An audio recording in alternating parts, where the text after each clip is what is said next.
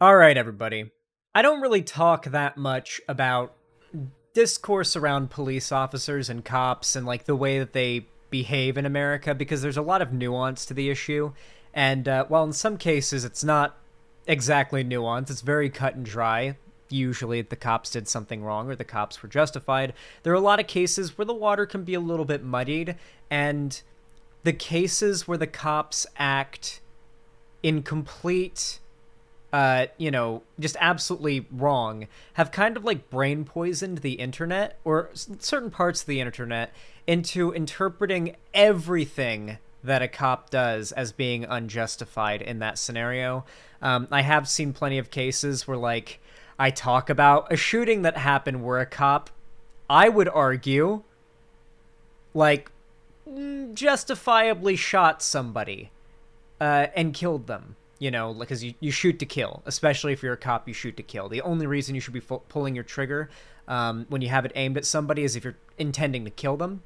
Like, and they'll do that, and then people in my chat will be like, why didn't he shoot him in the arm? Why not shoot him in the leg? What about pistol whipping him in the back of the head to knock him out? He could have tasered him. What about shooting a net gun on the guy to trap him and incapacitate him, like out of a fucking cartoon?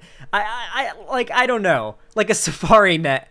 Like, I don't know. Like, I've legitimately heard people in my chat claim in completely justified cases where the cops were like, you know, was a little bit muddy, but it would be leaning more on the side of the cops. I've seen my audience be a little bit unable to engage with the nuance. However, that is not today. That is really not today. Today, we're covering possibly one of the most black and white instances of a cop being unlikable and just awful. Just not a good cop and not a good person that you could ever possibly see. This post has gone viral on Twitter, as it has gone viral on TikTok as well. The original video is from TikTok, of course, and it is from a cop's TikTok account.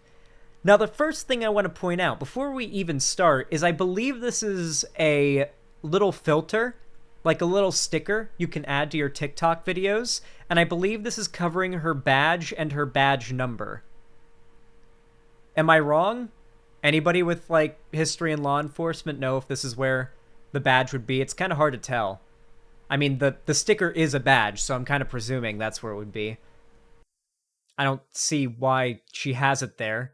She has police across her vest there. I think it kind of gets the job done. Oh yeah, we're getting mad at cops today. We're looking at an unmistakable case of a cop being a douche here. It's going to be quite enjoyable. Yeah, for the first time ever, instead of the Karen calling the cops, the Karen is the cops. She failed to commit homicide by cop on somebody once and decided to become a cop in order to get revenge. Karen 2, Electric Boogaloo. Karen returns. Yeah, that's where her info is, like last name and police number. Okay, that makes sense. I guess you wouldn't want to dox yourself, but also, like, you are a cop. Like, I mean, all right, I get that. Okay, well, let's watch this. Prepare yourselves to be filled with frustration, okay? Now, I do not drive. I don't have my license, because once I do get my license, I gotta start paying insurance. And, I don't really want to do that, because I don't need to drive anywhere enough to justify paying for that. Or putting the, like, the time into it when I could otherwise be streaming and growing my channel. So, this particular scenario that she's talking about isn't exactly anything that I'm going to have any problem with in my personal life, at least not anytime soon, as far as I plan, but it is certainly something that many of you watching right now will probably be enraged by, because especially if you drive and you've been pulled over before, it's gonna upset you a lot. She did dox herself. Her name is in full view, just reversed Xander Hall. Wow, that's really dumb. That's really fucking dumb. Let's just watch. PSA to everyone out there. I'm speaking for myself, but I'm probably speaking for a large majority of other officers out there. If we're driving on the freeway in our police car, get the out of the way. Get the out of the way. If you merge and we follow behind you and we merge too, you're probably in trouble. The best way to find that out is get the out of the way. I can go 90 miles an hour. You can't. You can't do that. So get the out of the way. If us officers stay behind you long enough, we can find a reason to pull you over. So you might as well get the out of the way.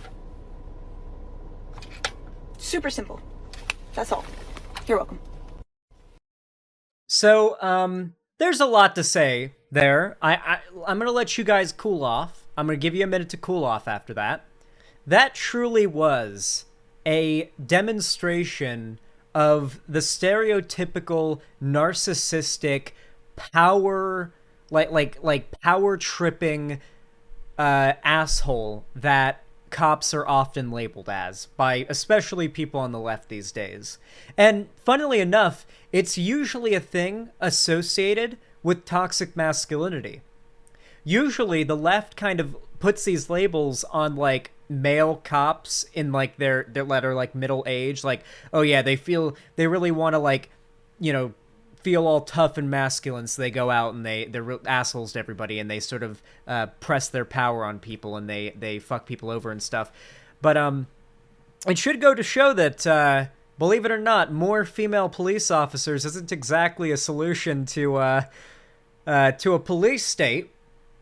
You know, a police state with more female cops will not prevent narcissistic power-tripping assholes like this from getting onto the force and using the authority that they've been given as a officer of the law to just generally get by. Like so basically, let's go over this TikTok again really quick. And while I'm no police officer and I'm no expert, I'm pretty sure a few things here already stand out as like just massive red flags as to I don't think this woman's going to be having this job very long. So let's go ahead and re-listen to this again. PSA to everyone out there.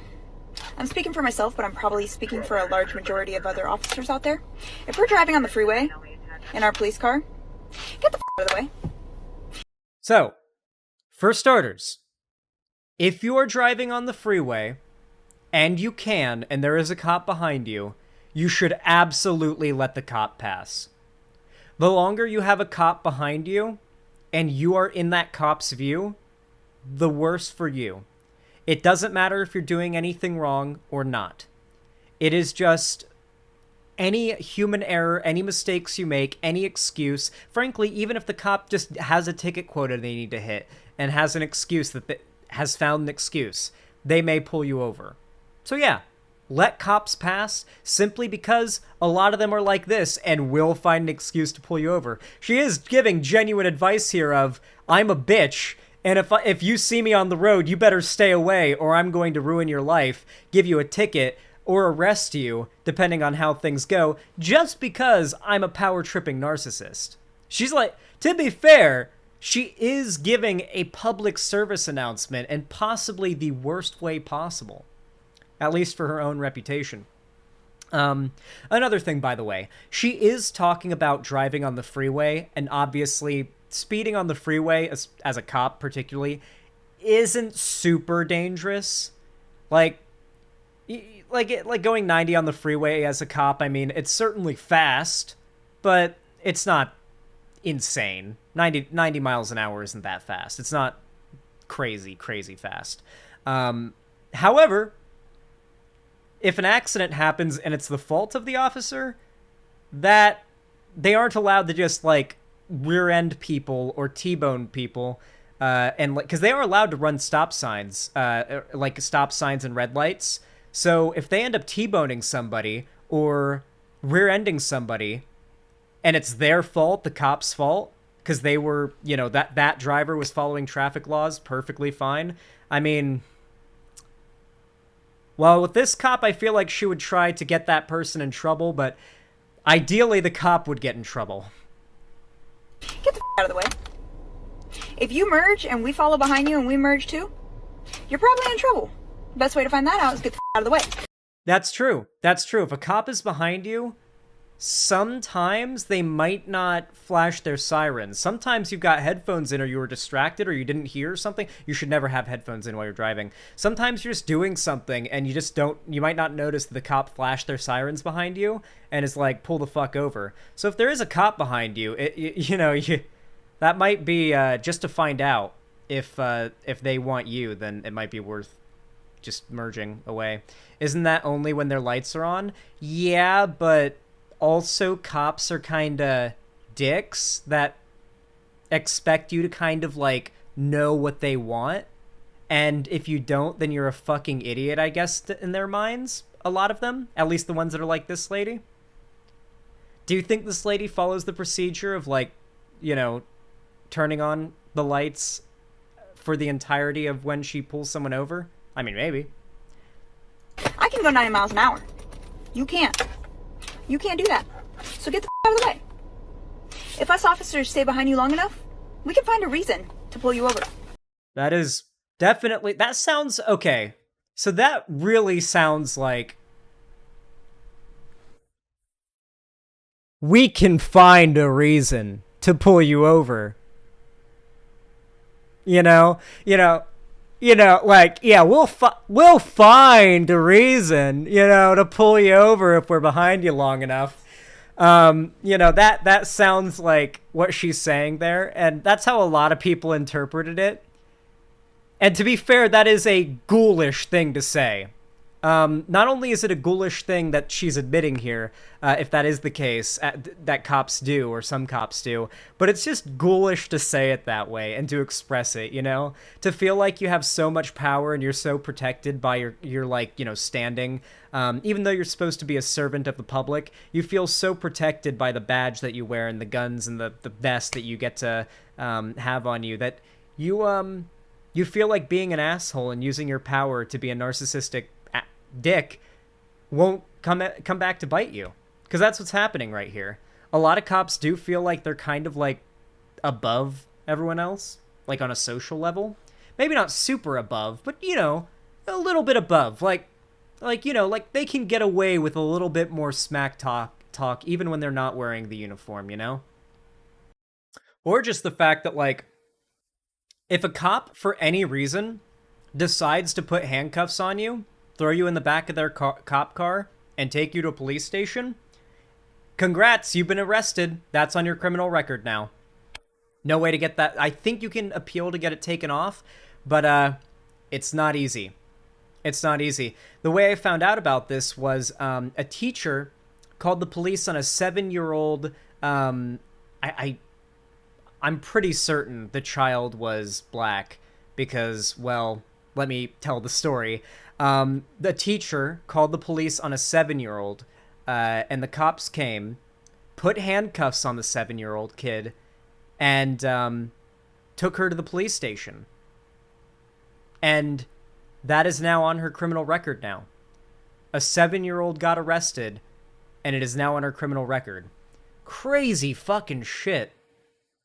So yeah, being around cops, it's just generally kind of like daunting. Just being in one's presence, because, yeah, they can just kind of come up with a reason to arrest you, and it's, in some cases it can be kind of over for you if you have a criminal record, It's just not really a good look. So you might as well get the out of the way. I have no criminal record, and I swear to God, if I end up getting one because a cop just ends up handcuffing me, taking me to the station, and then lets me go an hour later because I didn't do anything, I would be so fucking pissed. I would be so fucking mad if that happened to me. Like, clean record, and then over nothing. The cops had to, like, the cops letting you go like an hour later, because, oh, my bad, sorry, you can go now. That's still on your record. That's such bullshit. And you know what it does? It heavily, heavily, heavily enforces the school-to-prison pipeline. Because at that point, like, if you have a teacher who rather call the police on a student that they, can't get through to and have them arrested, instead of, like, working with them and, like, trying to actually, like, get them to engage with learning and whatnot, like, obviously are not going to be getting a good education if that's what the teacher is doing. It's really fucked up. It's really fucked up. Super simple. That's all. You're welcome. Now, I will say, by the way, I do want to say this because it's a little bit, it's just a little bit of like something I've noticed every time I see a cop. Do you ever feel like... PSA to a large majority in our police car. I feel like that fucking vest has got to be not good for tactical movement, right? Like, I feel like wearing that vest must feel like a constant, like, chest compression at all times. Like, you can, like, I don't feel like I would be able to get a full breath while wearing that thing. With all those pens and the notepad and other, like, what is this? What does that do? Is that like a camera mount? Why isn't the camera on there? Those look like magazines. I don't know. That just looks heavy as fuck. Not at all. I don't know. It just looks completely fucking uncomfortable. Not making excuses or drumming up sympathy for cops, by the way. I'm genuinely just saying that I do feel like having... Like, what is that? Is that three magazines she has on her belt? I'm pretty sure these are magazines, right? I mean, I guess you'd want to have a lot, but that's a lot. Like, for a cop to have, most exchanges are done in less than 6 shots. At least for home defense. I don't know what the statistics are for police. I don't know. I'm pouring over things too much. Nope. I am not getting... No, actually, no. We're going to talk about it. We do have a really militarized police force. Can we check what, like, the average... What is average police loadout in the US? I literally have no other word to describe it than like a loadout, like the inventory, like inventory weight in a video game. Wait, no way. Wait. The top question describes it exactly that way. I found on Google. What is a typical inventory and net weight of an American police officer's belt? They ask it like it's a item in a video game. That's great. The belt. Wait, that's the belt. Hold on. Let me check something. So this could be part of the belt or part of the vest. The belt has like a walkie-talkie. Well, that's where there's a walkie-talkie. Okay, I'm sorry. I don't know what these things are. Regardless, we have an extremely militarized police force. It's really weird. I guess it makes sense because we also have more guns than people in America, so you would expect, like, the police that may be dealing with people that have guns to be a little bit more equipped to deal with that kind of thing. But there's being equipped to deal with a very armed population, and then there's the cops have retired armored vehicles that were used by the military in war prepared. And I would argue that once you start seeing the cops appropriating armored military vehicles, that's not exactly us being in a police state. But I would make the argument it's us getting, just a little bit closer to a police state. Just maybe just a tiny bit. Just a little, maybe just a little chat. Am I reaching too much? What do you guys think? Maybe just a little. Does she have 4 pens? She has to reload her pens, What if she's writing somebody a ticket and she runs out of ink? Oh, wait. Yeah, wait, that's exactly why she has 4 pens. She's writing so many tickets. So many fucking tickets. She has to have backups. She goes through 4 pens a day writing people tickets. That's my headcanon. The police have the same equipment as the military? With nowhere near the same training or rules of engagement? Yup! 100%. Basically, the police, the police, especially in, like, really big cities, get the United States military's hand-me-downs as far as equipment goes. They get a lot of it.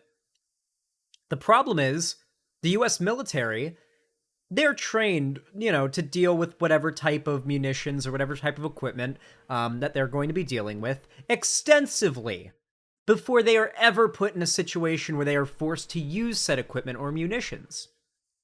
In the case of the police, I'm going to guess that how to drive and appropriately vehicle a armored personnel truck or something from like 2001 or 2002, sorry, when we invaded Afghanistan or something, like like that was retired like 5 years into that war, and now the police are using them.